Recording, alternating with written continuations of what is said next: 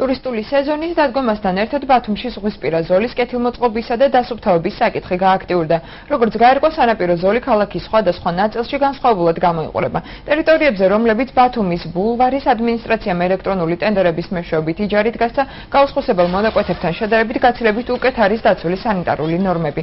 მოქალაქეები აცხადებენ, რომ სახელმწიფომ განსხვავების აღმოსაფხვრელად კვალიფიცირებული კადრები უნდა დააიხმაროს, რომლებიც დაკისრებულ ვალდებულებას ღირსეულად შეასრულებენ. თუმცა თავის მხრივ მოქალაქეებიც ვალდებულები არიან, რომ სისუფთავე შეინარჩუნონ. უფრო ცალ თემის შესახებ მაცნეს მთავარ გამოშვებაში ვისაუბრებთ.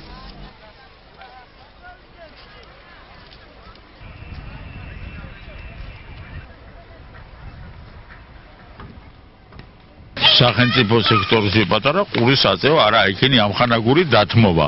კერძო სექტორი ზრდილობითაა იგი, რომ ისე გასუფთავებული და თვითონ პასუხისმგებელი პირიდან მოდის და ზემოდან იგი ერთხელ ჩამეიას ალბათ თვეში. აქანე უფრო მეტი დანაშაული თვითონ ხალხია. თვითონ გადამგდები. რო გითხრათ რომ აკმაყოფილებს არა, იმიტომ რომ კიდევ ბევრია გასაკეთებელი.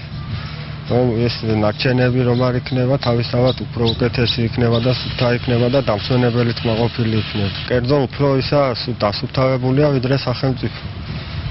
და რატომ ფიქრობთ რა?